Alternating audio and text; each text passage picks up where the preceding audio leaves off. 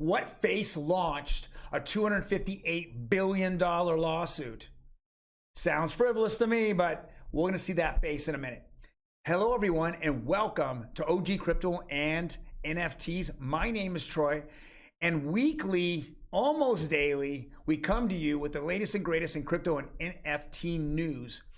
If you enjoy this content, please hit that subscribe button. You can see me 4 or 5 days a week going over the latest and greatest news. If you like our content and you want to know whose face that launched that $258 billion lawsuit, smash that like button. Well, let's jump right into it. I love Elon Musk's face here. It's like, are you kidding me? You're suing me for $258 billion over alleged Dogecoin pyramid scheme? This is ridiculous. He did not create Dogecoin. He simply purchased it and told people he's purchasing it. You buy coins, you do your own research, it's all on you. You do not follow Elon Musk down a rabbit hole. You don't buy Tesla stock because he is, the owner of Tesla. You do things yourself. You do not go and follow a celebrity or the best businessman in the world at this point, Elon Musk. It is ridiculous. It's frivolous. It's just frivolous. I don't care how many times I say it. It's just not enough. $258 billion. This guy lost millions. He didn't even come close to billions. It's ridiculous. Let's go on to a real story. Finance defined Three Arrow Capital and Celcius fall brings tsunami of sell-off in DeFi. Absolutely. These guys out there in the wild, wild west of Decentraland, if I want to call it, a decentralized world, anybody shows up, comes up with a good story, people start, FOMOing in with their coins and a staking rounds, and then really it's a yield farm / nightmare that you just jump right into. They take your money and they leverage it, put it into other bad assets and bad investments. And then as it collapses, like it's doing right now, as the market's going down and investments are just going bad, then they get margin called. And when they get margin called, guess whose money that gets liquidated? Yes, you're right. Your money gets liquidated. Or whoever the investors that put money into Three Arrow Capital or Celcius turns into a complete nightmare. You become, and as you know, when you spit your money over, did they tell all those investors that you were going to be an unsecured creditor? Did they tell anybody that? That is BS. And this is the beginning of a fall of many companies. So we're going to see this. It's a domino effect. It started with the Luna Do-Kwon Ponzi scheme with UST. And now Celcius and Three Arrow Capital are all involved, in some of that UST Luna collapse. And now we're going to start seeing the dominoes continue to fall. We hope that there are companies that kind of pull themselves out, but it's kind of funny that they're all out there begging for money to stay afloat. Who would pay these guys? I mean, they have no track record. In fact, some of them even have criminal records or hang out with current criminals. Nightmare. Let's go on. Don't get suckered into this.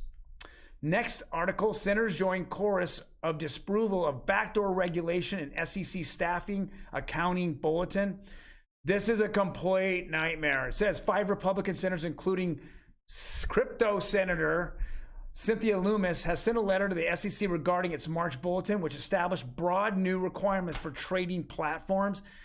All we know is that the SEC rolls out of bed and they spin a wheel and they figure out who they're going to sue that day. And it doesn't matter what for on the crypto landscape, they just go after it. And most of these companies don't have the deep pockets that the SEC has. So you sue them, they sue those crypto companies, until they're going to pay a fine, and they pay the fine and they move on. It's almost like the IRS and a collection agency. That's all they do until you run up against a company that has money and that's smarter than you, Ripple. And that case has just gone completely bad for the SEC and Dirty Gary Gensler. But I regress here. They're talking about trading platforms that the SEC has now been hinting that they're going after because they want to regulate it harder.